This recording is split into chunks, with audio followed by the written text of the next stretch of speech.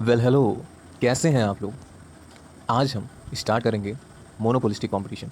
इससे पहले हमने परफेक्ट कंपटीशन देखा, मोनोपोली देखा, और मोनोपोली की डिग्री कैसे मेज़र की जाती है, या कहें मोनोपोली पावर कितनी होती है, इसको देखा। अब हम स्टार्ट करने जा रहे हैं monopolistic competition. Monopolistic competition mainly किसने दिया था? चैम्बरलिन ने दिया था। उनके एजप्शंस क्या थे इस मॉडल से रिलेटेड? तो पहला है कि प्रोडक्ट डिफरेंशिएशन होगा और प्राइस में कोई कंपटीशन नहीं होगा, यानी प्राइस हर फर्म की जो होगी वो कांस्टेंट होगी। नॉन प्राइस कंपटीशन भी कहते हैं। क्या होता है इसमें? जो सेलर है प्रोडक्ट का वो डिफरेंट है, पर काफ़ी क्लोज सब्सटीट्यूट है। मतलब अगर मैं डोम्स का पेंसिल यूज कर रहा हूँ तो मैं उसकी जगह नटराज को भी यूज कर सकता हूँ। तो इस प्रकार के डिफरेंशिएशन मोनोपोलिस्टिक कंपटीशन में होते हैं। तो इसी कारण से जो स्लोप होता है वो डाउनवर्ड होता है। किसमें? मोनोपोलिस्टिक कंपटीशन में।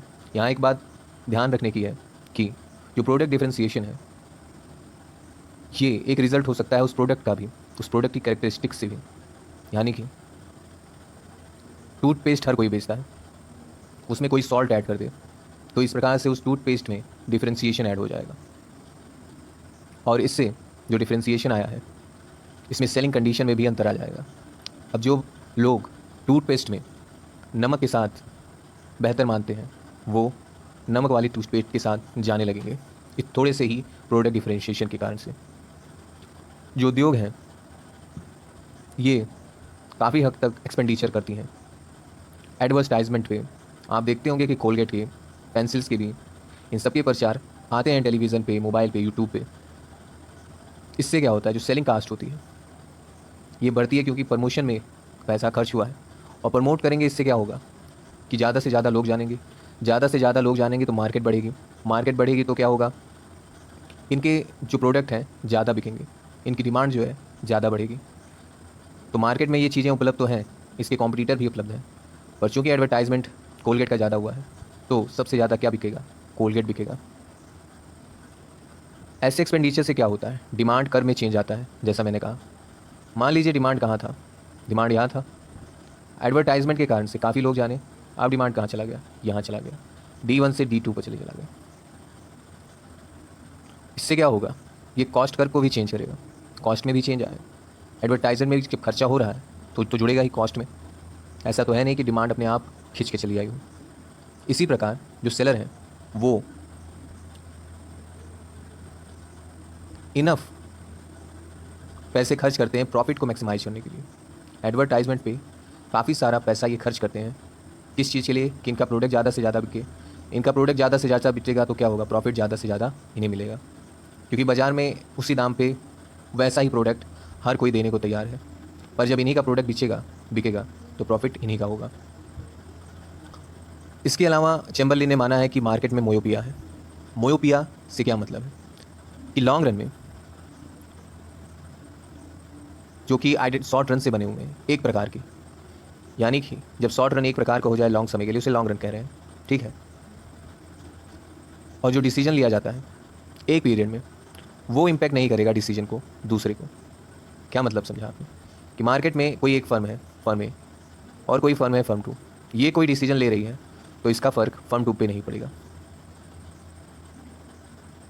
और इस प्रकार से एक मायोपिक विज़न है फर्म का कि फर्म वन कुछ भी कर रही है इसका फ़र्क फर्म टू पे नहीं पड़ने वाला है, या रेस्ट ऑफ द फर्म पे नहीं पड़ने वाला है। तीसरा एजप्शन है इनका हेरोइक एजप्शन, यूनिफॉर्मिटी एजप्शन। क्या है ये? एक डिफ़िकल्टी आ जाती है बताने में कि ग्रुप इक्विलिब्रियम कहाँ पे है। ग्रुप इक्विलिब्रियम क्या है? ये डिफरेंस है कॉस्ट और रेवेन्यू कंडीशन में, कॉस्ट और रेवेन्यू कंडीशन में, जो कि पाए जाते हैं एक मेंबर के ग्रुप में। मतलब कि ये ग्रुप है मोनोपोलिस्टिक कंपटीशन का। अब इनके जो मेंबर हैं उनमें फर्म फर्म ही तो मेंबर है, उनके कॉस्ट और रेवेन्यू में डिफरेंस पाया जा रहा है, ये कंडीशन भी पाई जा रही है। पर यहाँ पे क्या माना गया है? यूनिफॉर्मिटी एजप्शन है कि ऐसा नहीं होने वाला है। ऐसे क्या होता है कि जो डिफरेंसेस हैं प्राइस में, आउटपुट में, प्रॉफिट में, अलग अलग फर्मों के उद्योग में होते हैं। और इस सिलसिले में क्या होता है? ग्रुप इक्विलिब्रियम को डिफाइन करने के लिए चैम्बरलिन ने क्या माना? चैम्बरलिन ने माना कि बोथ डिमांड कर्व और कॉस्ट कर्व हर एक डिफरेंशिएटेड प्रोडक्ट के लिए ये यूनिफॉर्म होता है थ्रू आउट द ग्रुप। जो डिमांड कर्व है, जो कॉस्ट कर्व है, वो हर एक फर्म के लिए सेम होगा। किसमें? तो मोनोपोलिस्टिक कंपटीशन में। ऐसा चैम्बरलिन ने माना। क्यों माना? क्योंकि आप समझ रहे थे कॉस्ट और रेवेन्यू में हर एक मेंबर के डिफरेंशिएशन आ रहे थे, तो इसको एलिमिनेट करने के लिए डिमांड कर्व और कॉस्ट कर्व हर एक फर्म का समान मान लिया चैम्बरलिन ने। ये जो उन्होंने माना, ये कॉन्फ्लिक्ट नहीं है प्रोडक्ट डिफरेंशिएशन के कॉन्सेप्ट से। इसको हम समझा सकते हैं किस चीज़ का इंटरप्रिटेशन करने से, कि हर एक प्रोडक्ट जो है वो डिफरेंशिएटेड तो है, पर जो कंज्यूमर का टेस्ट है हर एक के लिए वो लगभग समान है। और जो डिफरेंस है बिटवीन प्रोडक्ट, ये इनफ नहीं है जिससे कि वो उसमें कॉस्ट डिफरेंस आ सके। तो अभी तक हमने 3 चीज़ें देखी इस एजप्शन में। एक तो product differentiation and non price competition, दूसरा मायोपिया, तीसरा हीरोइक एजप्शन यानी कि यूनिफॉर्मिटी इन एजप्शन।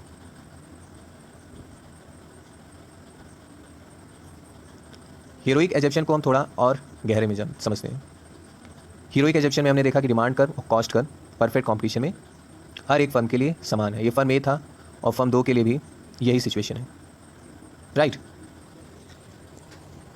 क्योंकि लार्ज नंबर ऑफ फर्म्स हैं, ठीक है, लार्ज नंबर ऑफ फर्म है, ये माना जाता है कि जो डिसीजन होगा फर्म का, एक फर्म का जो चेंज लेना चाहता है स्ट्रेटजी में, उसका कोई खास फर्क नहीं पड़ेगा, निग्लिजिबल इफेक्ट होगा हर एक पे। और जो दूसरी फर्म्स होंगी इस एक्शन से कोई रिएक्शन नहीं देने वाली है। और इस प्रकार से जो फर्म है वो योजना बना सकती है, स्ट्रेटजी ड्राइंग की डिमांड कर्व जो है वो इंडिपेंडेंट हो जाए दूसरे फर्म के रिएक्शन से। डिमांड फर्म इंडिपेंडेंट हो जाए यानी कि कुछ भी हो रहा है समाज में, उस डिमांड फर्म में कोई फ़र्क ना पड़े।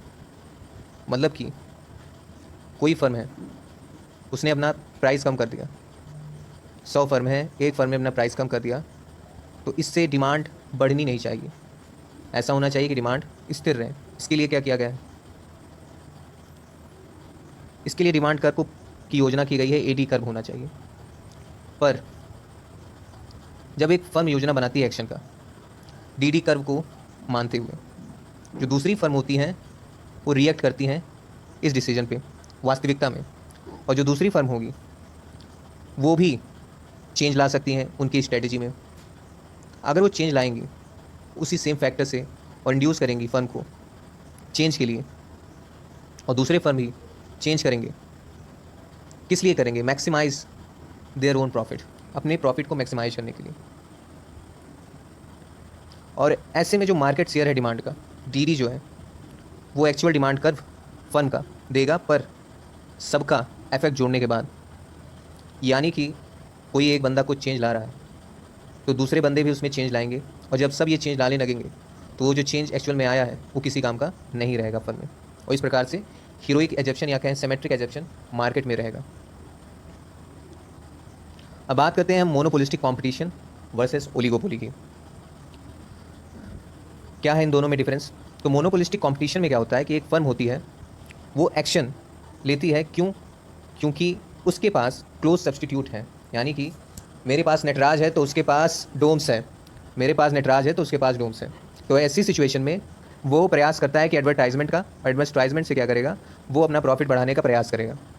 तो ये प्रयास वो करता है, एक्शन लेता है, पर ये वेन हो जाता है, वेन अभी बाय द कंज्यूमर, क्योंकि उसको नहीं मतलब है कि मेरे पास डोम्स का है, नटराज का, बस मेरे पास पेंसिल होना चाहिए यूज करने के लिए। और दूसरी फर्म उसी प्रकार से कांस्टेंट है, तो ऐसी सिचुएशन में जो फर्म ने एक स्ट्रेटजी अपनाई है पैसा खर्च करने से, उसको लॉस हो जाएगा। और लॉस होगा हर एक फर्म को होगा, कुछ ना कुछ तो होगा ही। पर ऐसी सिचुएशन में कोई केयर नहीं करता है कि इसको रिस्पॉन्ड किया जाए, और वो पुनः उसी स्थिति में आ जाता है और प्राइस समान रहती है, कांस्टेंट रहती है पूरे मोनोपोलिस्टिक कंपटीशन में। कांस्टेंट का मतलब ये है कि कुछ समय के लिए शॉर्ट रन में इसमें चेंजेस आ सकते हैं, लॉन्ग रन में ये हमेशा एक परफेक्ट कंपटीशन की तरह काम करता है। शॉर्ट रन में ये मोनोपोली की तरह काम करने लगेगा। ओलिगोपोली में ऐसा कुछ नहीं होता है। ओलिगोपोली में एक्शन रिएक्शन का काम चलता है, कोई एक बंदा रिएक्ट करेगा तो दूसरा बंदा भी रिएक्ट करना शुरू कर देगा, जैसे कि कुर्नो मॉडल, स्विच की मॉडल, ये सारे मॉडल्स हैं। बात करेंगे हम प्रोडक्ट डिफरेंशिएशन और डिमांड कर्व के बारे में। इसको हम पहले भी पढ़ चुके हैं एजप्शन में, पर यहाँ थोड़ा और ब्रेथ में पढ़ते हैं। चैम्बरलिन ने कहा कि जो डिमांड कर्व है वो इन्फ्लुएंस्ड हो जाती है ना केवल प्राइस और क्वांटिटी की वजह से, बल्कि प्रोडक्ट के वजह से भी, यानी कि मैं बाज़ार में जा रहा हूँ तो मैं दंत क्रांति ना खरीद के मैं कोलगेट खरीद रहा हूँ। क्यों खरीद रहा हूँ? क्योंकि ये दोनों भी तो टूथपेस्ट ही हैं, पर कोलगेट क्या है, वो प्रोडक्ट ही ऐसा है कि वो अपने आप में एक डिमांड और अपनी प्राइस को क्रिएट करता है। और इसकी सेलिंग एक्टिविटी मतलब प्रचार इनका किस तरह है, किस तरह का इनका मार्केट कैप्चर है, ठीक है। तो इस प्रकार सेलिंग स्ट्रेटेजी में कोई चेंज आए किसी भी फर्म के, कंज्यूमर का टेस्ट या प्राइस या selling strategy, product of other firms, demand curve क्या हो सकता है, शिफ्ट हो सकता है। अगर फर्म में स्ट्रेटेजी में चेंज आ जाए, सेलिंग में कंज्यूमर का टेस्ट चेंज हो जाए, प्राइस चेंज हो जाए, सेलिंग स्ट्रेटेजी चेंज हो जाए, ठीक है, ऐसी सारी चेंज होगी तो जो डिमांड कर्व है उसमें चेंज हो सकता है, शिफ्ट कर सकता है लेफ्ट या राइट। आगे बढ़ते हैं। आगे क्या लिखा हुआ है, the impact of product differentiation. Product differentiation होता है, इसका इम्पैक्ट क्या पड़ता है? ये होता है कि प्रोड्यूसर जो होता है वो कुछ मोनोपोली पावर पा जाता है। जैसे मैंने कहा कोलगेट का, तो इसका मोनोपोली पावर है कि मेरे पास कोलगेट है, टूथपेस्ट में मेरे पास कोलगेट है, पर जो पावर है ये लिमिटेड है। क्यों? क्योंकि इसके क्लोज सब्सटीट्यूट हैं, पेप्सोडेंट है, रेड डाबर टूथपेस्ट है, पतंजलि आ गया है जो कि पूरी तरह से आयुर्वेदिक है, जैसा कि बाबा रामदेव जी कहते हैं। अब हम बात करेंगे इंडस्ट्री और प्रोडक्ट ग्रुप की। ये भी एजेप्शन में था, प्रोडक्ट ग्रुप के बारे में हमने देखा था। तो मेंबर में क्या हो रहा था, उनके जो कॉस्ट और रेवेन्यू जो थे उनमें अंतर आ रहा था, इसीलिए माना कि एम एसिमेट्री है, यूनिटी में एसिमेट्री है, सिमेट्री एजेप्शन मारे गए हैं, यानी कि डिमांड जो कर्व है और कॉस्ट कर्व है वो समान है। देखते हैं इसे यहाँ पे लिखा हुआ, जो प्रोडक्ट ग्रुप है इसमें कौन कौन से आते हैं। प्रोडक्ट्स आता है जो कि क्लोज इकोनॉमी में और टेक्निकल सब्सटीट्यूट में हैं। इसमें वो प्रोडक्ट्स आते हैं जो कि क्लोज इकोनॉमी में है, यानी कि जो प्रोडक्ट हैं सिमिलर प्राइस पे हैं, साथ ही साथ जो कवर करते हैं सेम वांट्स, यानी कि जैसे टूथपेस्ट और पेंसिल में नटराज और डोम्स, तो क्लोज सब्सटीट्यूट हैं और एक प्रकार का वांट कंप्लीट कर रहे हैं, कोलगेट और पेप्सोडेंट। टेक्निकल सब्सटीट्यूट की बात करें तो इसमें प्रोडक्ट क्या होगा, प्रोडक्ट होगा विच कवर सेम वांट। टेक्निकल में भी यही चीज़ है, जैसे कि क्या लेंगे टेक्निकल में, क्या ले सकते हैं टेक्निकल में, आप लीजिए लैपटॉप और कंप्यूटर, दोनों का काम एक ही है, और प्रोडक्ट डिफरेंशिएशन है, एक को आप इजीली ले जा सकते हैं, कहीं ले जा सकते हैं, और एक के साथ आपको चिपक के बैठना पड़ेगा। काम एक ही कर रहे हैं, एक ही चीज़ सेटिस्फाई कर रहे हैं, पर दोनों में डिफरेंस है। हाई क्रॉस इलासिटी होती है इन सब में, हाई क्रॉस इलासिटी, ये सब क्या है, सब्सटीट्यूट गुड है, ध्यान रखिएगा। मोनोपोलिस्टी की बात करें तो जान लीजिए कि आप सब्सटीट्यूट गुड की बात कर रहे हैं। एक का अगर प्राइस कम होगा तो दूसरे का क्या होगा, डिमांड घट जाएगा। यहाँ पे ऐसी बात है, इसीलिए कह रहा है हाई इलासिटी है मार्केट में। चूँकि डिफरेंशिएशन प्रोडक्ट है, डिफरेंशिएटेड प्रोडक्ट है, क्या होगा यहाँ पे, यूनिक प्राइस होगा ग्रुप का, जो प्राइस होगा यूनिक होगा ग्रुप का, जैसे कोलगेट ग्रुप का प्राइस यूनिक होगा और पेप्सोडेंट का प्राइस यूनिक होगा, इन सब के प्राइस यूनिक होंगे, पर एक क्लस्टर होगा प्राइसेस का, उसी क्लस्टर में ये प्राइसेस घूमेंगे, और ये जो क्लस्टर है प्राइस का ये चेंज लाएगा डिमांड और कॉस्ट में। डिमांड और कॉस्ट में जो चेंज ला सकता है वो क्लस्टर ऑफ कॉस्ट लेके आएगा, क्लस्टर ऑफ प्राइसेस चेंज लेके आएंगे, डिमांड में चेंज और कॉस्ट में चेंज। जो प्राइसेस के क्लस्टर हैं, थोड़ा सा नीचे गया डिमांड बढ़ जाएगा, दूसरे प्रोडक्ट का घट जाएगा, उस प्रोडक्ट का बढ़ जाएगा, ऊपर गया तो दूसरे प्रोडक्ट का डिमांड बढ़ जाएगा, ठीक है, ऐसा चलता है यहाँ पे। अब यहाँ पे है long run firm and group equilibrium under monopolistic competition. यहाँ पे हम बात कर रहे हैं लॉन्ग रन फर्म की, ग्रुप इक्विलिब्रियम की, अंडर मोनोपोलिस्टिक कॉम्पिटिशन में। मोनोपोलिस्टिक कॉम्पिटिशन क्या है, मोनोपोली फीचर है इसमें और परफेक्ट कॉम्पिटिशन का फ्यूचर है। मोनोपोली शॉर्ट रन में, परफेक्ट कॉम्पिटिशन लॉन्ग रन में। यहाँ पे लार्ज नंबर ऑफ बायर और सेलर है, ठीक है, और सेलर जो है उसके पास डिफरेंशिएटेड प्रोडक्ट्स हैं, कोई कोलगेट बेच रहा है, कोई पेप्सोडेंट बेच रहा है, दोनों एडवर्टाइज करते हैं, कोई बढ़िया करता है, कोई कम करता है, और इससे वो शॉर्ट रन में जिसका डिमांड ज़्यादा बढ़ जाता है वो प्रॉफिट कमा लेता है। और लॉन्ग रन में ऐसा नहीं हो पाता है, क्योंकि जो कंज्यूमर है उसका टेस्ट एक ही है, उसको केवल पेस्ट ही चाहिए, टूथपेस्ट ही चाहिए, चाहे वो कोलगेट का करे, चाहे दंत क्रांति का करे, चाहे जिसका करे। तो क्या हो रहा है यहाँ पे एक्चुअली होता क्या है कि शॉर्ट रन में हर एक फर्म क्या होती है, बिलीव करती है कि जो मोनोपोलिस्ट है उसके पास प्लान है डिमांड कर्व का, कितना ही डिमांड कर्व होगा, पर उस पे नहीं रह सकता हमेशा के लिए, यानी कि ये या तो इधर जाएगा या तो इधर जाएगा, डिमांड कर्व उस पर रह नहीं सकता। और सुपर नॉर्मल शॉर्ट रन में होता है, कैसे होता है, मैंने बताया आपको कि ये है डिमांड कर्व था, ये सारी प्राइसेस थी, अचानक क्या हुआ, अचानक हुआ यूँ कि डिमांड बढ़ गई और एक बंदे ने प्राइस अपना कम कर लिया, तो उसका जो होगा क्वांटिटी ज़्यादा बेच लेगा, क्वांटिटी जब ज़्यादा बेच लेगा और इधर भी उसकी कमाई हो रही है, ये एक्चुअली मैंने पिछले वीडियो में बताया था, वहाँ आप रेफर करिए, वहाँ ज़्यादा बेटर समझ में आएगा। आगे बढ़ते हैं। जो नई फर्म आएंगी वो एग्जैक्टली सेम प्रोडक्ट नहीं पैदा कर सकती हैं, ठीक है। और जो छोटी छोटी फर्में होती हैं प्रोडक्ट डिफ्रेंसिएशन मान के चलती हैं, पर जो प्रोड्यूस है क्लोज सब्स्टिट्यूट भी हैं। और इस प्रकार से क्या हो जाता है कि जो फर्म होती हैं ये प्लान करती हैं डिमांड कर्व को, कि भाई सामान तो हम सभी का एक है, तो इसका एक ही डिमांड कर्व होना चाहिए, और ये एक ही प्रकार से डाउनवर्ड जाएगा जब तक कि नॉर्मल प्रॉफिट इसे ना मिलना लगे लेफ्ट साइड में। जो फाइनल इक्विलिब्रियम होता है फर्म का डिमांड कर्व प्लान करने के बाद, वो क्या होगा, वो टेंजेंट होगा LAC कर्व के। LAC कर्व यहाँ पे है, और ये जो डिमांड कर्व है ये फिगर में आपको साफ साफ दिख रहा होगा, ये टेंजेंट है LAC के। जो फाइनल डिमांड कर्व है, ये इनिशियल डिमांड कर्व थी, यहाँ से LMC कट कर रही थी, तो यहाँ पे डिफाइन हो गया हमारा क्वांटिटी ऊपर गई, यहाँ से LAC एवरेज कॉस्ट यहाँ से जा रहा था, जहाँ पे इसने टच किया वहाँ हमारा प्राइस डिटरमाइन हो गया। सो इस प्रकार से प्रॉफिट इंश्योर होता है super normal profit left side में।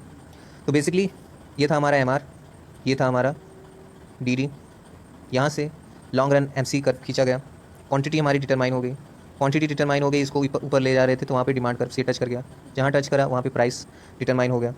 इसके पहले क्या था, इसके पहले ये था, यहाँ पर जा रहा था, यहाँ पे प्राइस मिल रहा था, ये पुराना डिमांड कर्व था।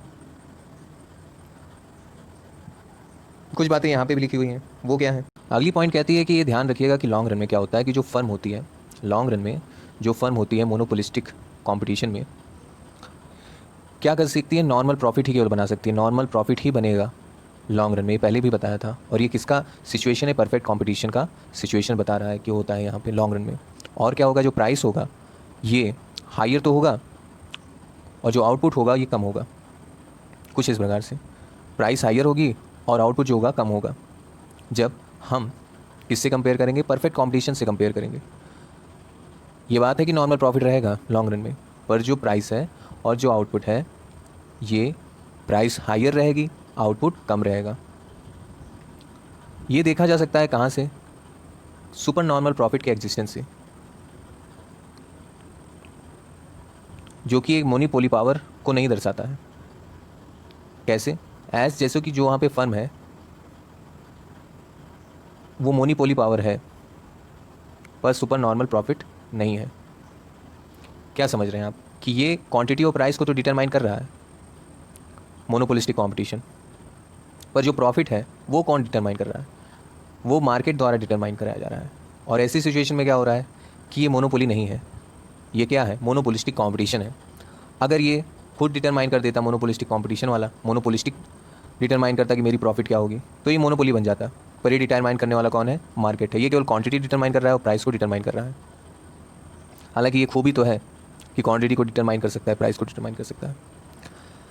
दूसरी बात ये है कि जो इम्प्लीकेशन है इसका ये ज़्यादा है, जैसे कि ज़्यादा फर्म इंटर करने लगेंगे, जब फर्म बढ़ने लगेंगे तो क्या होगा, जो लॉन्ग रन में डिमांड कर्व जो बनाया गया है कि लॉन्ग रन में यही डिमांड कर्व रहेगा, क्योंकि काफ़ी नंबर बायर्स हैं और सब लोग एक ही चीज़ बेच रहे हैं, ये और फ्लैट हो जाएगा। यानी कि कुछ ऐसी सिचुएशन में क्या होगा, जो क्रॉस इलासिटी है सब्स्टिट्यूट गुड की, क्रॉस इलासिटी सब्स्टिट्यूट गुड की वो इंक्रीज़ हो जाएगी। क्रॉस इलासिटी मैंने बताया था क्या होता है, क्रॉस इलासिटी होता ये यूँ है कि जो नटराज अगर मैं ज़्यादा ख़रीद रहा हूँ तो डोम्स की जो यहाँ क्या लिख देता हूँ यार मैं, नटराज अगर मैं ख़रीद रहा हूँ क्योंकि उसकी प्राइस कम है, तो जो डोम्स की बिक्री है वो कम रहेगी क्योंकि उसकी डिमांड कम हो जाएगी। इसी को क्रॉस इलासिटी कह रहे हैं यहाँ पे, ठीक है। तो उसकी वजह से हो रहा है। ये होता क्यों है, क्योंकि एक फर्म जो है जो सुपर नॉर्मल प्रॉफिट अर्न कर रही है और एक नई फर्म आ जा रही है जो कि ट्राई करती है कि प्रोड्यूसर के क्लोज सब्स्टिट्यूट बना दे उस ग्रुप को, और नई फर्म इंटर करती हैं उस ग्रुप में उस पोजीशन को कैप्चर करने के लिए। उसी बीच में रोल्ड फर्म भी रहती हैं जो ये चीज़ करना चाहती है, नई फर्म आ रही है कि किसी तरह से मुझे भी अपना हिस्सा जो है प्रॉफिट जो है बना के रखना है, प्राइस बना के रखना है, वरना मुझे लॉस होने लगेगा वगैरह वगैरह। तो कुल मिला के जो इफेक्ट पड़ता है वो फ्लैटन कर देता है ओल्ड डिमांड कर्व को, फ्लैट कर देगा। फ्लैट मतलब क्या कि प्राइस कुछ नहीं और क्वांटिटी इनफाइनाइट, राइट। अब बात करेंगे हम एक्सेस कैपेसिटी की और इकोनॉमिक एफिशिएंसी की मोनोपोलिस्टिक कंपटीशन के अंदर। ये क्वेश्चन आता है, बार बार आया है, तो मैं थोड़ा इस पर इन्फेसिस करके बताऊंगा। मॉडल की अगर बात करें हम तो जो फर्म होते हैं इस मॉडल में, जो फर्म होते हैं वो कभी भी मिनिमम एलएसी पे नहीं पहुंचते हैं। मिनिमम एलएसी का मतलब ये हुआ, ये यहाँ पे ये था हमारा, ठीक है, ये कहीं एलएसी जा रहा है, यहाँ से एमसी गया, यहाँ पे प्राइस डिटरमाइन हो गया। ये कहते हैं कि मोनोपोलिस्टिक कंपटीशन में कभी भी यहाँ पे नहीं पहुँचता है, मिनिमम एलएसी पे नहीं पहुँचता है। वहाँ हमेशा नॉर्मल प्रॉफिट या सुपर नॉर्मल प्रॉफिट बना रहता है। नॉर्मल प्रॉफिट लॉन्ग रन में, super normal profit short run में होता है। ये यहाँ पे कहना चाह रहे हैं। जो अमाउंट है actual LR long run output का, वो गिरता है। क्यों? मिनिमम एलएसी पे। जब ये गिरेगा तो इसको एक्सेस कैपेसिटी कहेंगे। फिर से देखिए, जो अमाउंट है जहाँ पे actual LR long run output गिरता है, यानी कि ऐसे गिर जाएगा, वहाँ पे जो सोशली आइडियल आउटपुट रहेगा वो मिनिमम एलएसी पे रहेगा, और इसी को एक्सेस कैपेसिटी कहते हैं। क्या कहते हैं? एक्सेस कैपेसिटी कहते हैं। एक्सेस कैपेसिटी कहते हैं, ठीक है। एक रीज़न ये कहा जाता है इसका, जो ऑब्वियस है, कि डाउनवर्ड स्लोपिंग डिमांड कर्व है। डाउनवर्ड स्लोपिंग डिमांड कर्व, जैसे जैसे आप आउटपुट बढ़ा रहे हैं आपका डिमांड कम हो जाएगा, और यहाँ पे कह रहे हैं कि मिनिमम पे कर ही नहीं रहे हैं, ये बढ़ाए जा रहे हैं। और जब ज़्यादा बढ़ा दोगे, जाहिर सी बात है आपका एक्सेस करेगा, और एक्सेस करेगा तो क्या होगा? यही होगा, एक्सेस हो रहा है। दूसरी बात ये कहते हैं कि अनदर रीज़न है कि जो चैम्बरलिन के द्वारा रखा गया सामने, चैम्बरलिन ने एक अनदर रीज़न दिया कि जो एंट्री हो रही लार्ज फर्म्स की, जो एंट्री हो रही है लार्ज नंबर ऑफ फर्म्स की, काफ़ी सारे फर्म्स आ रहे हैं मोनोपोलिस्टिक कंपटीशन में। ऐसी सिचुएशन में क्या होगा? जो इंटायर मार्केट है, जो मार्केट है ये स्प्लिट हो जाता है। इन सारे नंबर ऑफ फर्म्स में इतने फर्म हो गए हैं कि हर कोई स्प्लिट हो गया है, कोई इधर जा रहा है, कोई उधर जा रहा है, और ऐसी सिचुएशन में एक्सेस कैपेसिटी हो जाएगा। समझ पा रहे हैं? पहले कोई मार्केट थी जो इस यहाँ के लोगों के लिए पूरा उनका देखभाल कर रही थी, सब कुछ उनको प्रदान कर रही थी। अब जैसे जैसे नई फर्म आ रही हैं, वो मार्केट को एक्वायर करने के लिए अपना आउटपुट बढ़ा रही हैं, अपना ज़्यादा से ज़्यादा सामान बेचना चाहती हैं, और जैसे जैसे ये नंबर बढ़ रहा है, जैसे जैसे आउटपुट भी बढ़ रहा है, और आउटपुट अब इतना बढ़ गया है कि काफ़ी सारा एक्सेस अमाउंट में है। इस प्रकार से एक्सेस रिजल्ट करता है। अगर बात करें नंबर ऑफ फर्म की मोनोपोलिस्टिक कॉम्पिटिशन में, ये काफ़ी ज़्यादा होगी। परफेक्ट कॉम्पिटिशन से अगर हम कंपेयर कर दें मोनोपोलिस्टिक कॉम्पिटिशन का, तो यहाँ पे जो फर्म होती हैं काफ़ी ज़्यादा होती हैं, और ये कारण है मोनोपोलिस्टिक मार्केट का कि यहाँ पे जो प्रोड्यूस होता है, जो प्रोड्यूसर होता है वो कम होता है देन दी मैक्सिमम कैपेसिटी। मतलब यहाँ का जो प्रोड्यूसर है वो कम प्रोड्यूस करेगा जितना वो एक्चुअल में प्रोड्यूस करना चाहता है, क्योंकि यहाँ पे ऑलरेडी काफ़ी सारी फर्म है जो एक्सेस सप्लाई कर रही हैं, और ऐसे में ज़्यादा नंबर फर्म आ रहे हैं, और जब फर्म आ रहे हैं क्या करते हैं वो जो मार्केट की जो नीड है, जो डिमांड है, उसको फुलफ़िल कर रहे हैं। तो यहाँ पे फर्म चाहते हुए भी अपने जो कैपेसिटी के अनुसार है उसके हिसाब से नहीं प्रोड्यूस करके, वो मार्केट को देखते हुए भी उसको प्रोड्यूस करना पड़ता है, क्योंकि एक्सेस यहाँ पे सप्लाई हो रही है। ये भी कहा जाता है कि जो मोनोपोलिस्टिक कंपटीशन है, यहाँ पे जो फर्म है वो एडवर्टाइजमेंट में काफ़ी सारा खर्च करती हैं, और अदर सेलिंग कॉस्ट भी उसमें लगती है, जो कि वेस्ट के प्रकार एक काम करती है। और एक सामाजिक दृष्टि से देखें तो ये वेस्ट ही है। दूसरी पॉइंट कहती है कि चैम्बरलिन कहते हैं कि ये एक सोशल कॉस्ट जो है डिफरेंशिएटेड गुड प्रोवाइड करने का, कंज्यूमर को जो सोशल कॉस्ट है डिफरेंशिएटेड गुड प्रोवाइड करने का कंज्यूमर को, वो क्या करता है? ऐड कर देता है। किस चीज़ को? जो उसकी चॉइस है उसमें एडिशन हो जा सकता है। वो डाबर के साथ जा सकता है, वो पतंजलि के साथ जा सकता है, वो कोलगेट के साथ जा सकता है, वो किसी के साथ जा सकता है। ये बास्केट में उसके एडिशन है। और ऐसी सिचुएशन में क्या होगा? जो रियल एक्सेस कैपेसिटी है वो नहीं दिखती है। ये रियल एक्सेस कैपेसिटी नहीं है। रियल एक्सेस कैपेसिटी तब क्या है? ये क्या होगा? थर्ड मॉडल में, जो कि हम नीचे है, उसमें हम पढ़ेंगे कि रियल कैपेसिटी होता क्या है। यहाँ पे फर्म क्या होगी? छोड़ने लगेंगे प्राइस कंपटीशन को, और यहाँ स्टार्ट कर देंगे compete करना ऑन नॉन प्राइस टर्म्स पे।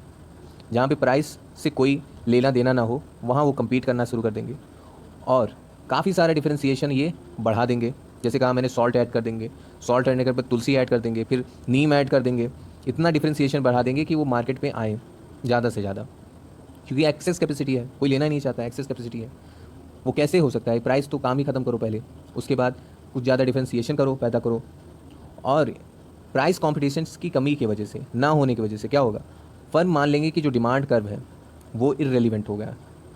मतलब जो डिमांड कर्व है वो इररेलिवेंट है, क्योंकि डिमांड क्या है, ये फंक्शन है प्राइस का, और प्राइस को क्या मान लिया गया है कि ये हमको इस पर बात ही नहीं करनी है, और जब इस पर बात ही नहीं करनी है तो डिमांड कर्व जो होगा वो इररेलिवेंट हो जाएगा।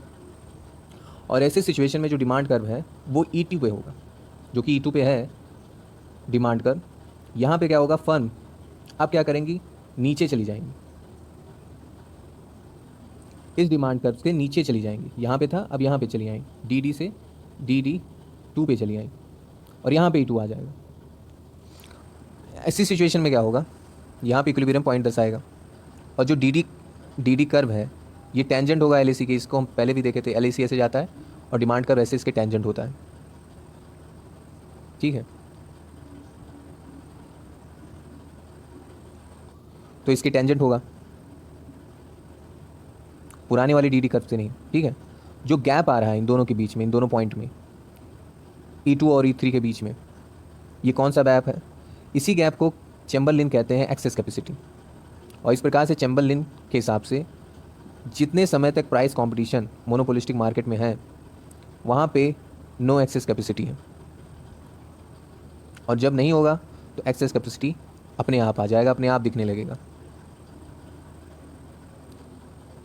इसी विषय को लेके कैल्डोर ने कुछ कहा है। कैल्डोर ने कहा है कि जो प्रेजेंस है इंस्टीट्यूशनल मोनोपोलीज का, इंस्टीट्यूशनल मोनोपोली अगर है बाजार में, ये क्या करती हैं, ब्रेक कर देती हैं एक्सेस कैपेसिटी को, चैम्बरलिन को, क्योंकि मोनोपोली डिसाइड कर सकती है कि कितना हमको प्रोड्यूस करना है, कितना हमको नहीं प्रोड्यूस करना है, कितना गायब कर देना है बाजार से।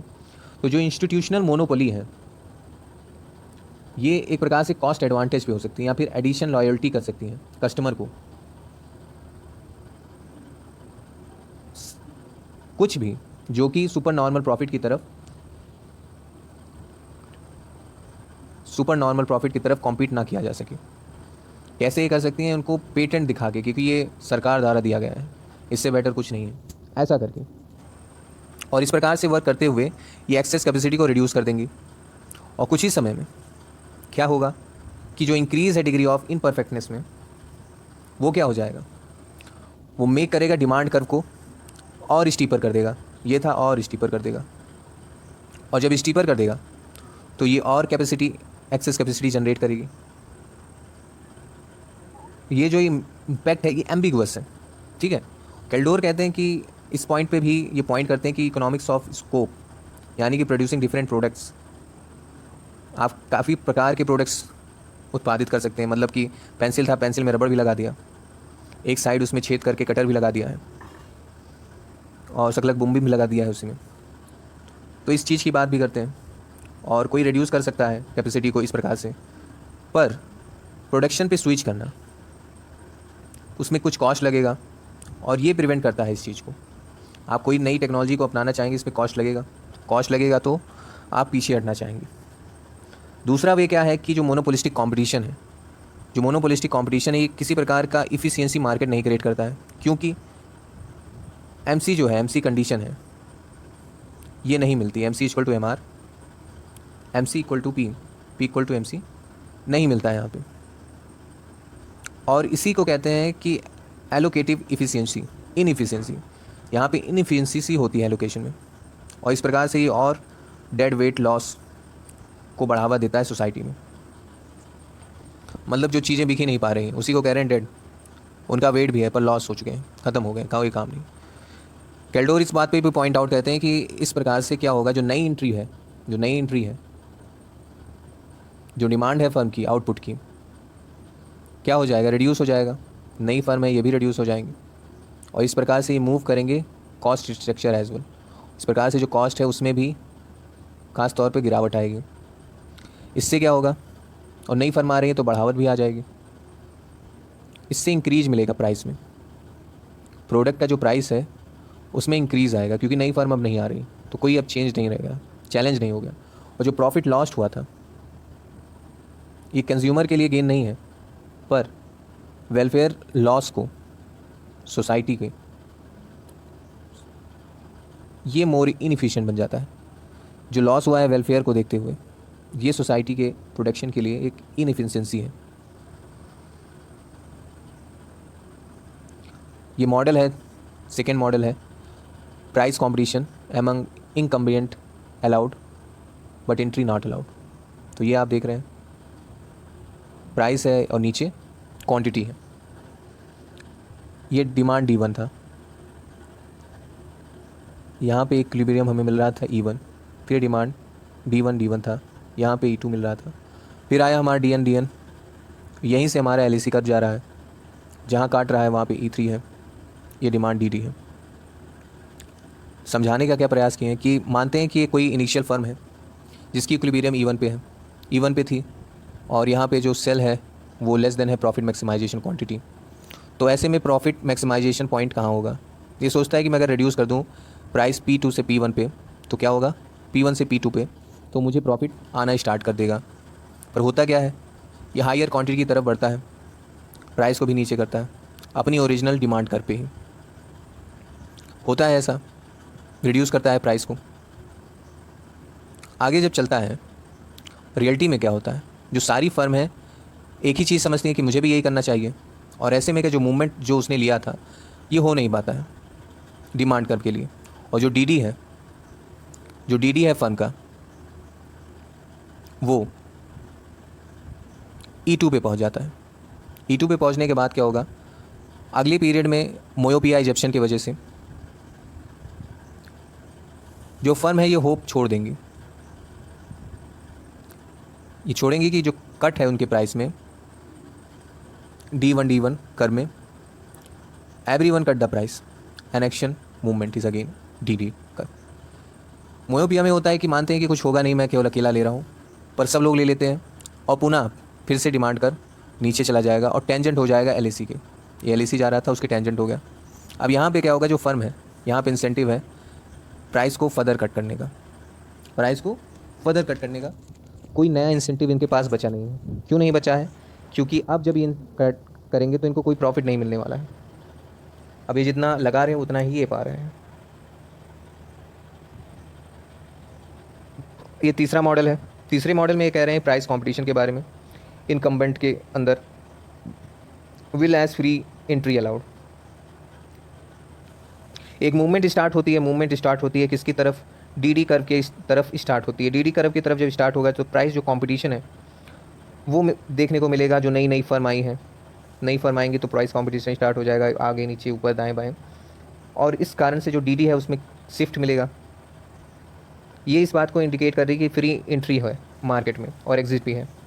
इनिशियली रहता है और इनिशियली E1 पे क्या है, E1 पे इक्विलिब्रियम है। यहाँ पे ये सब कुछ स्टार्ट हो गया है, पर क्या हो रहा है, शुरुआत में सुपर नॉर्मल प्रॉफिट मिल रहा है शॉर्ट रन में। ऐसी सिचुएशन में कोई घटा रहा है कोई बढ़ा रहा है, सो ऐसे में जो इंट्रेंट आए हैं वो DD कर्व पे हैं। अब ये लेफ़्ट की तरफ शिफ्ट करेंगे, लेफ़्ट की तरफ शिफ्ट किए, DD1 से DD2 पे आ गए। और जब DD1 से DD2 पे आ गए तो एक नया इक्विलिब्रियम इनको मिल जाएगा E2 पे। E2 पे इनको नया इक्विलिब्रियम मिल गया। यहाँ से क्या होगा, जो DD कर्व है ये टेंजेंट आपको देखने को मिलेगा किसके, LAC के। DD2 जो कर्व है ये LAC के, आपको यहाँ पे LAC है, ये वाला है LAC, इसके आपको टेंजेंट देखने को मिलेगा DD कर्व। और यहाँ पे सुपर नॉर्मल प्रॉफिट है वो ख़त्म हो जाएगी। अब यहाँ पे नॉर्मल प्रॉफिट मिल रही है और इक्विलिब्रियम पे। आगे क्या होगा, जो DD कर्व है फर्म का ये टेंजेंट नहीं रह जाएगा LAC के कर्व के, पर उसके ऊपर रहेगा। तो ऐसे सिचुएशन में फर्म क्या करेंगी, सोचेंगे कि अपने प्राइस को थोड़ा सा और रिड्यूस करते हैं, तो रिड्यूस करेंगे, वो DD2 पे आ जाएंगे। DD2 ठीक है, DD2 यहाँ पे भी है। तो जब DD2 पे आ जाएंगे, ये था यहाँ पे इन्होंने बढ़ाया था, फिर सोचा कि थोड़ा कम कर देते हैं, जब कम किया तो DD2 पे आ गए। ठीक है, यहाँ पे जब आ गए तो सुपर नॉर्मल प्रॉफिट अर्न कर रहे हैं ये लोग, क्योंकि थोड़ा सा कम किया, काफ़ी लोग खरीदने चले आए और प्राइस को रिड्यूस भी किया था इन्होंने। तो सारी फर्म क्या किए कि हमको भी यही करना चाहिए, सब लोग कहे कि हमको भी प्राइस को रिड्यूस कर देना चाहिए सारी फर्म ने। और जब ऐसा हो जाएगा, ऐसा ये जब करेंगे कि मूवमेंट जो होगा DD2 पे आ जाएगा, DD2 कर पे हो जाएगा यहाँ पे ये वाला जो है, और ये पुनः क्या हो जाएगा, टेंजेंट हो जाएगा, किसके हो जाएगा, E21 पे इक्विलिब्रियम मूव कर जाएगी और यहाँ पे लॉस होना स्टार्ट हो जाएगा। लॉस होगा तो काफ़ी सारी फर्म जो है निकल जाएंगी, एग्जिट करेंगी, और DD कर्व जो है वो शिफ्ट कर जाएगा DD2 से DD3 पे। और जब काफ़ी सारी फर्म निकल गई हैं तो क्या होगा, नया कर्व आ गया DD3 का, क्योंकि जो सप्लाई थी वो ख़त्म हो गई है काफ़ी हद तक, तो प्राइस बढ़ेगी, ये टेंजेंट हो जाएगा LAC के। यहाँ पे नॉर्मल प्रॉफिट फिर से स्टार्ट हो जाएगा मिलना, और यहाँ पे इक्विलिब्रियम पुनः स्थापित हो जाएगा। अब हमको बात करना है सेलिंग अंडर चैम्बरलिन, सेलिंग के बारे में। तो जो सेलिंग कॉस्ट है वो क्या है, ये मॉडिफाई होता है, इंकर्ड होता है, डिमांड कर पे ये डिटरमाइन होता है। सेलिंग कॉस्ट जो है डिमांड कर पे डिटरमाइन होता है, प्रोडक्ट का कितना डिमांड कर्व है, प्रोडक्ट का डिमांड कर्व कितना है इस पर जो कॉस्ट है, जो कॉस्ट है उस सब्जेक्ट का, वो वेरिएबल रिटर्न देता है। वेरिएबल रिटर्न से मतलब है कि इंक्रीज जब बढ़ेगा आउटले में, जब प्रोडक्शन में इंक्रीज हो जाएगा, तो सेलिंग जो है और एडवर्टाइजमेंट जो कॉस्ट है वो भी बढ़ेगा, क्योंकि उनको बेचना है। और इससे क्या होगा, रिटर्न जब सेलिंग कर रहे हैं, एडवर्टाइजमेंट कर रहे हैं, तो सेलिंग तो बढ़ जाएगी, कोलगेट सब कहेंगे खरीदो भाई, पर इसका एक इफेक्ट पड़ेगा डिमांड पे प्रोडक्ट के। और ये देखा जा सकेगा इस वाली फिगर से, जहाँ पे सक्सेसिव डिमांड कर्व आपको देखने के मिलेंगे प्रोडक्ट के, ये है, ये है, ये है। जैसे जैसे प्रचार कर रहे हैं, प्रचार बंद कर रहे हैं, फिर इधर खिसक आ रहा है, प्रचार किया फिर इधर खिसक गया, कुछ भी खर्च कर रहे हैं, प्रोडक्ट को डिफ्रेंशिएट कर रहे हैं, ठीक है। जो इंक्रीज़ आएगा डिस्टेंस बिटवीन सक्सेसिव कर्व्स, जो इंक्रीज़ आ रहा है इनमें, ये किसको देखते आ रहा है, ये दिखा रहा है ISR। और ऐसी सिचुएशन में क्या होगा, increasing returns to scale, decreasing returns to scale. जब बढ़ेगा तो इंक्रीज रिटर्न्स टू स्केल मिलेगा, जब घटेगा तो डिक्रीज रिटर्न्स टू स्केल मिलेगा, कुछ नहीं होगा तो कांस्टेंट रिटर्न्स टू स्केल मिलेगा। तो ऐसे सिचुएशन मिलते रहेंगे।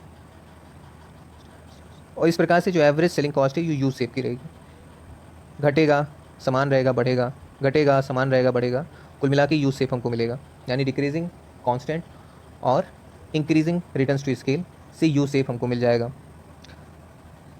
जो डिमिनिशिंग रिटर्न्स टू स्केल है, जो डिमिनिशिंग रिटर्न्स टू स्केल है, ये क्या है, ये सेट है पोटेंशियल बायस का, डिफ़र करता है टेस्ट में, सब्सिटिबिलिटी में, एडवर्टाइजमेंट में। इस पर डिफरेंट मैटर करता है कि टेस्ट कैसा है, ख़राब हो जाएगा नहीं खरीदेंगे, एडवर्टाइजमेंट नहीं जानते नहीं खरीदेंगे उसके बारे में। और इस प्रकार से क्या होगा कि ईज़िली जो है, जो पहले थे उनको हटा के इंक्रीज़ किया जा सकता है एफर्ट में, इंक्रीज़ किया जा सकता है एडवर्टाइजमेंट से वगैरह वगैरह से। और जब ऐसा होगा तो पोटेंशियल अगर होगा बायर में तो ख़रीदेगा ज़रूर, नहीं है तो नहीं खरीदेगा। और ज़्यादा कहें तो जो एग्जिस्टिंग कंज्यूमर हैं, जो पहले से हैं उस चीज़ के कंज्यूमर, ये अपना दाम, ये अपना कंजप्शन नहीं बढ़ाने वाले। तो आप चाहे जितना सेलिंग कर लीजिए, जितना एडवर्टाइजमेंट कर लीजिए, पैसा खर्च कर लीजिए, तो मार्केट नहीं बढ़ने वाली है आपके लिए, जितना है उतना ही पे ही संतुष्ट रहना पड़ेगा। और जो उनका डिमांड है और आगे नहीं बढ़ेगा एडवर्टाइजमेंट से भी, मतलब आप नए कस्टमर जोड़िए तब तक तो ठीक है, पुराने कस्टमर में कांस्टेंट रहेगा। और एक स्थिति के बाद क्या होगा, आपने बढ़ाया फिर नॉर्मल हो गया, फिर घटने लगेगा। ऑप्टिमम लेवल देखते हैं कि एडवर्टाइजिंग के क्या होता है। ऑप्टिमम लेवल, ऑप्टिमम लेवल क्या होता है कि जब फर्म इंक्रीज़ करती है एडवर्टाइजमेंट को, तो जो एक्सपेंडिचर होता है वो बढ़ता है, और ऐसे में जो मार्जिनल कंट्रीब्यूशन है, यानी कि जो प्रॉफिट है, मार्जिनल कंट्रीब्यूशन प्रॉफिट, वो क्या होता है, MR minus MC, marginal revenue हमें क्या मिल रहा है और उस पर हमने कितना खर्चा किया, यही क्या हो जाए मार्जिनल कंट्रीब्यूशन टू प्रॉफिट है। और एडिशनल यूनिट अगर जुड़ रही है आउटपुट में एडिशनल यूनिट जुड़ रही है, तो ये ग्रेटर होगा मार्जिनल इंक्रीज़ में, मार्जिनल में इंक्रीज़ आएगा कॉस्ट में भी और रेवेन्यू में भी। और जो एडवर्टाइजिंग कॉस्ट है, यानी कि MCA equal to advertising, change in advertising and change in quantity. इससे हम देख लेंगे कि एडवर्टाइजमेंट से क्वांटिटी में क्या चेंज आया, क्या प्रॉफिट हमें मिला। इसको हम change in advertisement and change upon quantity से देखेंगे। और क्या देखेंगे कि जहाँ चेंज इन A है, एडवर्टाइजमेंट में है, ये क्या शो करना चाह रहा है कि रिक्वायर्ड सेल को बढ़ावत मिलेगी, और इससे जो ऑप्टिमम लेवल है एडवर्टाइजमेंट एक्सपेंडिचर का वो बढ़ेगा, यानी कि जो MPC है वो MCA के बराबर आ जाएगा, राइट। और इस प्रकार से हमारे पास MR minus MC equal to MCA हो जाएगा, या फिर कहें del TR upon del Q equal to del TC upon del Q plus del A upon del Q होगा। ये एडवर्टाइजमेंट मैक्सिमाइजेशन के लिए होगा, एक कंडीशन है। एडवर्टाइजमेंट मैक्सिमाइजेशन के लिए ये कंडीशन होती है, MR minus MC equal to क्या होगा, MCA के बराबर होगा। या फिर इसको हम दूसरे शब्दों में लिख सकते हैं कि del TR upon del Q, ये del TC upon del Q plus del A upon del T होगा।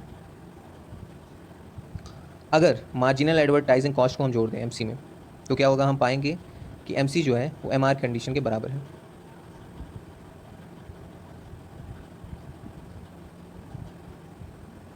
अब यहाँ पे देखते हैं क्या है। अगर इस फिगर को हम देखें, जब प्राइस प्रोडक्ट की और प्रोडक्शन कॉस्ट कांस्टेंट है, जब प्राइस और प्रोडक्शन कॉस्ट कांस्टेंट है और केवल एडवर्टाइजिंग एक्सपेंडिचर हो रहा है, तो ऐसे में हम देखने को पाते हैं कि जो प्रॉफिट मैक्सिमाइजेशन है ये वहाँ पे मिलेगी जब MC जो है P के बराबर हो, जब मार्जिनल कॉस्ट P के बराबर हो। MC में प्रोडक्शन और सेलिंग मार्जिनल कॉस्ट दोनों जोड़े जाएंगे। जो प्रॉफिट है जो अर्न किया गया है वो आएगा सेटेड रीजन में। तो यहाँ पे प्राइस है, यहाँ क्वांटिटी है, ये ASC है, ये APC है, ये AC है, इन दोनों को मिला के हमारे पास AC आया। ठीक है, ये यहाँ से जा रहा था, ये मार्जिनल कॉस्ट है, इसने कट किया, यहाँ पे हमारा प्राइस डिटरमाइन हुआ, तो ये जो सेटेड एरिया है ये हमारा प्रॉफिट हो गया। यहाँ भी देख लेते हैं क्या है, ये दो फिगर है, तो इन दोनों फिगर में हम देखें तो प्राइस जो है वो वेरी कर रहा है, डिमांड कर्व जो है वो डाउनवर्ड है, ये देखिए डिमांड कर्व जो है डाउन कर रहा है और जो प्राइस है वो वेरी कर रहा है। हम यहाँ पे फॉलो करते हैं प्रोसीजर सिमिलर पोजीशन, और एडिशन होता है प्रोडक्शन में, और सेलिंग कॉस्ट जो है वो वर्टिकली है और न्यू मार्जिनल कॉस्ट पे अराइव करती है, एवरेज कॉस्ट पे आती है। मार्जिनल कॉस्ट और एवरेज कॉस्ट कब आती है जब MC को MR के बराबर कर दिया जाता है। यहाँ पे ये ध्यान रखने की बात है, जो इफेक्ट है एडवर्टाइजमेंट का, ये क्या करेगा, पुश करेगा डिमांड कर्व को आउटवर्ड और इसको और स्टीपर बना देगा। राइट, ये यहाँ था, इसने स्टीपर कर दिया, इसे आउटवर्ड हो गया ये। तो ऊपर वाली फिगर में हम अगर देखें तो एडवर्टाइजमेंट की वजह से क्या हुआ है, फर्म जो है प्रॉफिट अर्न करना स्टार्ट कर दिया, ज़्यादा प्रॉफिट, और advertisement will take firms closer to the capacity output, ये आउटपुट के करीब इनको ले जाएंगी, कैपेसिटी आउटपुट, एक्सेस कैपेसिटी का। और ऐसे में क्या होगा कि जो रिडक्शन हो जाएगा एक्सेस कैपेसिटी में, मैंने कहा कि कैपेसिटी आउटपुट यानी कि एक्सेस कैपेसिटी में नहीं करेंगे, इतने कैपेसिटी में करेंगे कि प्रॉफिट बनी रहे, और जो ये कमी आ रही है कैपेसिटी में, ये इसको परफेक्ट कंपटीशन के क्लोज लेके जाएगी, ये क्लोज होती है एक्चुअली। अब अगला जो हमारा टॉपिक होगा वो ओलिगोपोली होगा। ओलिगोपोली बटा हुआ है काफ़ी सारे भागों में, इसका भी एक भाग है डिओपोली और एक अलग ब्रांच है ओलिगोपोली, इसको हम आगे स्टार्ट करेंगे।